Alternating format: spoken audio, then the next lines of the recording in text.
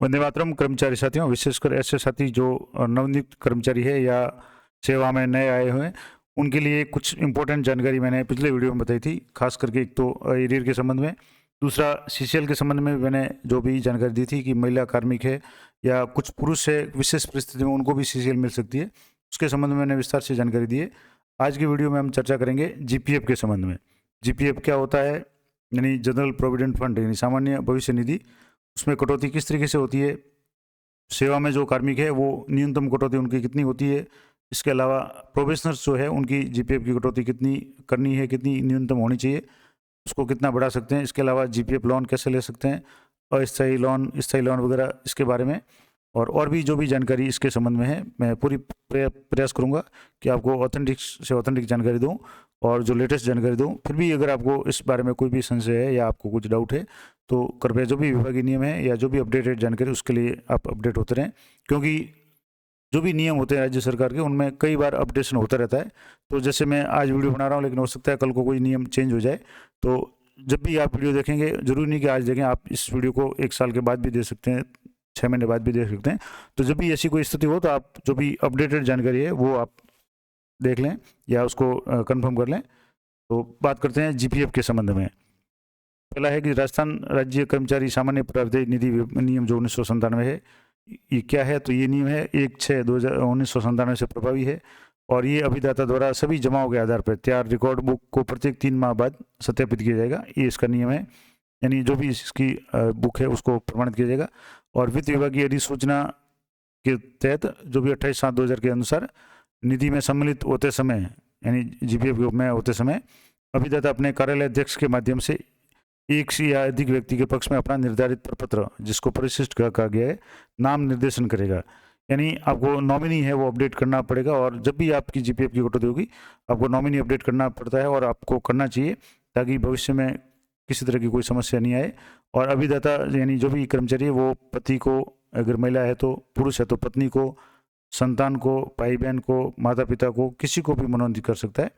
लेकिन शादी से पूर्व किया गया मनोनयन शादी के बाद है वो स्वतः निरस्त हो जाएगा, तो ये उसको आप अपडेट कर लें अगर शादी के बाद में ऐसी कोई परिस्थिति है तो।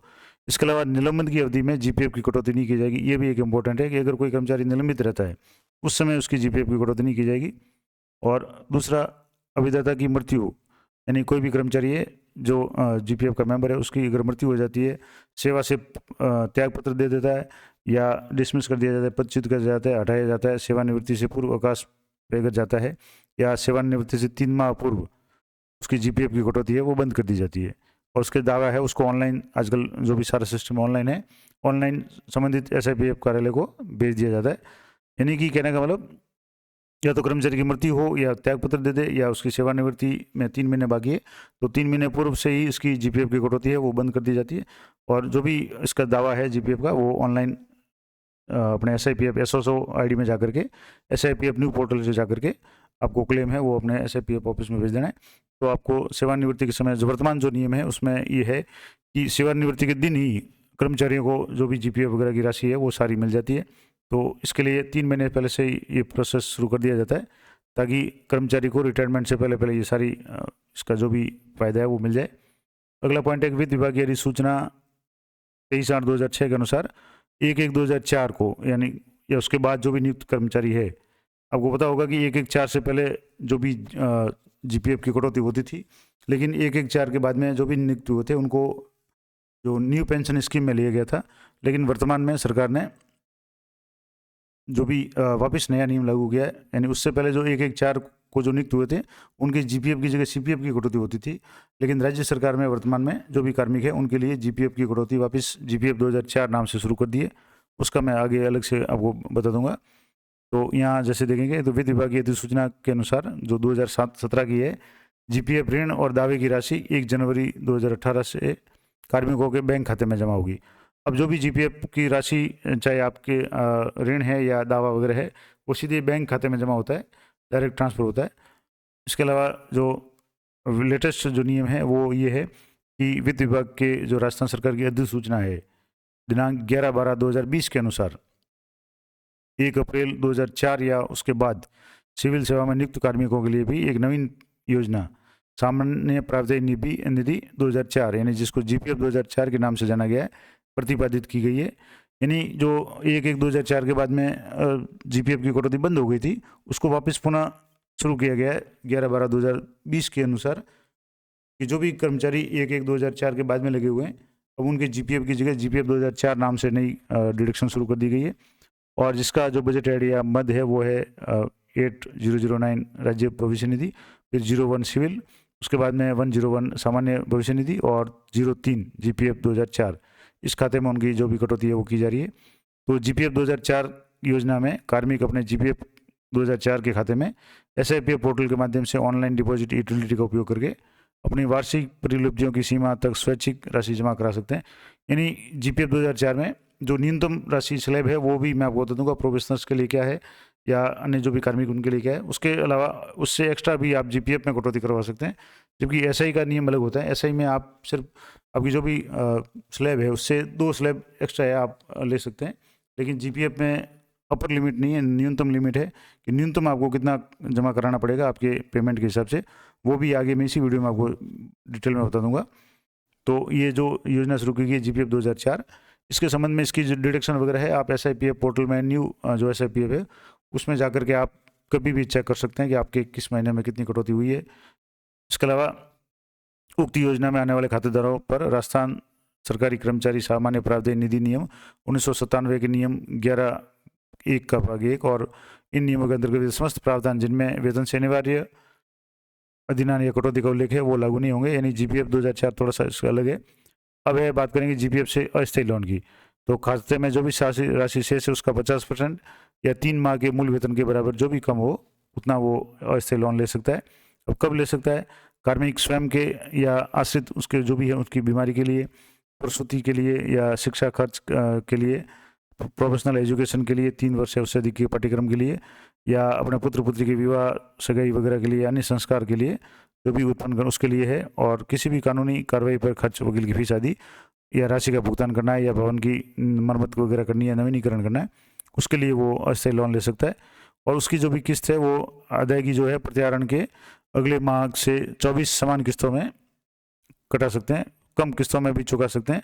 ये भी नियम है कि कई लोग हैं वो सामान्य रूप से जो भी आप लोन लेते हैं उसकी 24 समान किस्तें ब्याज सहित बन जाती है या तय कर दी जाती है, लेकिन आपकी अगर सुविधा हो तो आप उसको पहले ही जमा करा सकते हैं ताकि आपका थोड़ा सा ब्याज कम लगे।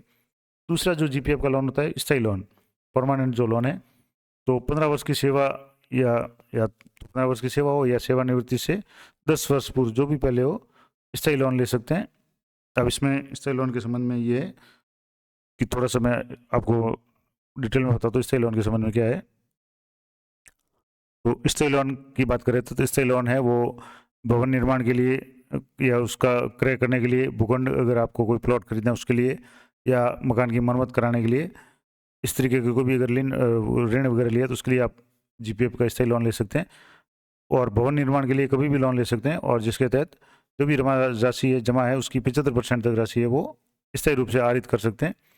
भवन निर्माण या हाउसिंग बोर्ड को फ्लैट का मूल्य चुकाने हेतु या क्रय किए गए भूखंड का जो भी ऋण चुकाना है उस हेतु आप ब्याज ले सकते हैं, लोन ले सकते हैं। इसके अलावा अधिवार्षिकी सेवानिवृत्ति से पूर्व यानी कार्मिक जो 60 साल की उम्र हो जाती है उससे पूर्व 12 महीने में खाते में जो भी जमा राशि है उसका 90% आहरण कर सकते हैं। यानी सेवानिवृत्ति से पहले भी जीपीएफ से अगर 12 महीने रहे हैं सेवानिवृत्ति में तो 90% तक राशि है वो आहरित कर सकते हैं।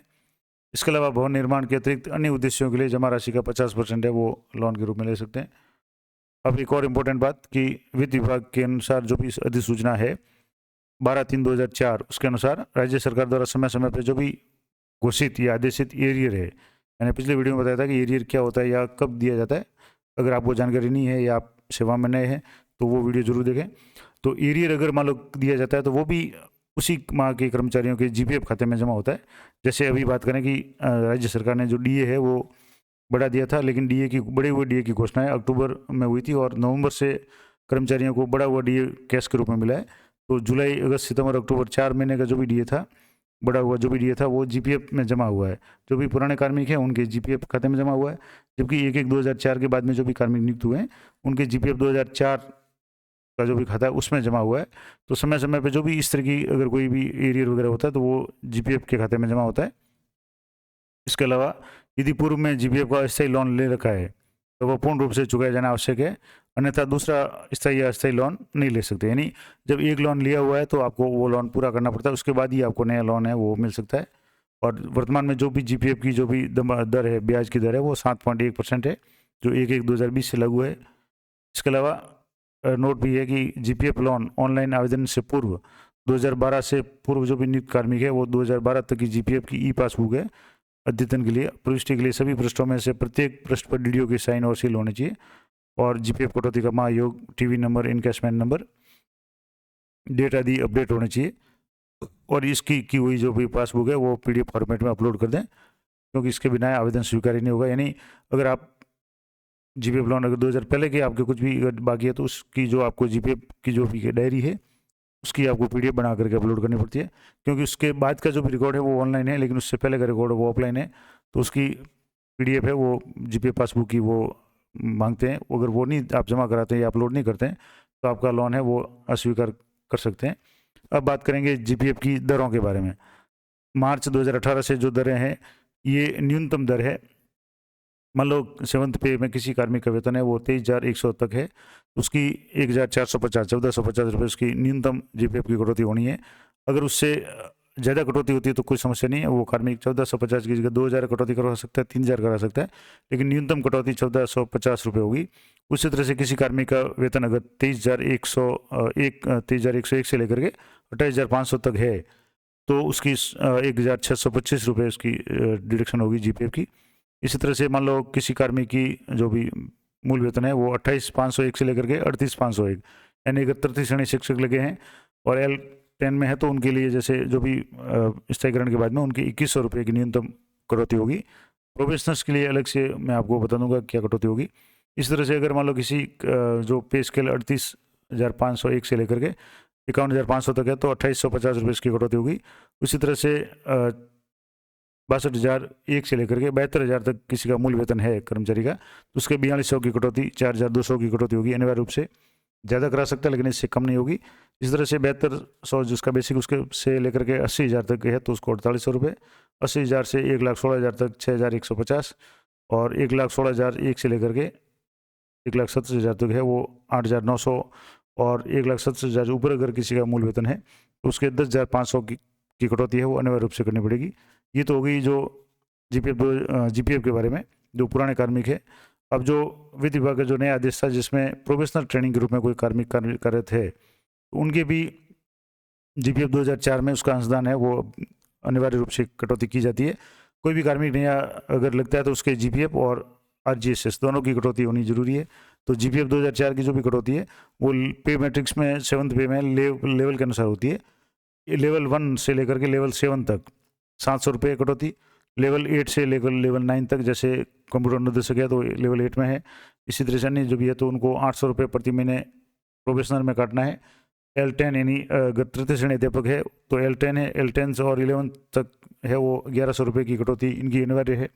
इसके बाद में L12 से 14 तक 1,400 रुपये, L15 के लिए 1,800 रुपये, L16-17 के लिए 2,100, और L18 से 19 से 2,400 रुपये, और L20 से लेकर L21 तक अगर किसी का पेमेंट है तो 3,000 रुपये, L22 से 23 तक 4,500, और L24 तक 5,000 रुपये। और ये जो भी आदेश है वो माह अप्रैल 2022 से और मई 2022 की जीपीएफ की कटौती है वो तो उनके उस समय की जाएगी। उसके बाद जो भी है जीपीएफ 2004 के रूप में ये कटौती की जा रही है। तो ये प्रोफेशनल्स के लिए मैंने आपको बता दिया।